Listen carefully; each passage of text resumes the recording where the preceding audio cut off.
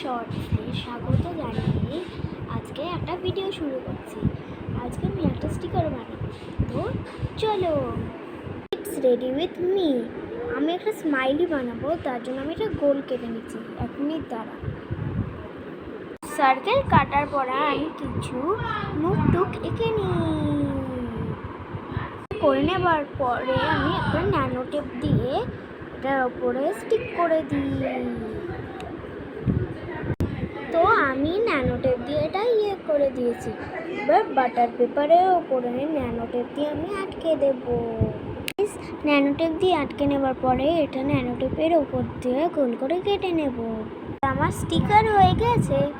আমার ভিডিওটা যদি ভালো লাগে তাহলে লাইক, সাবস্ক্রাইব এবং শেয়ার করে দেবেন।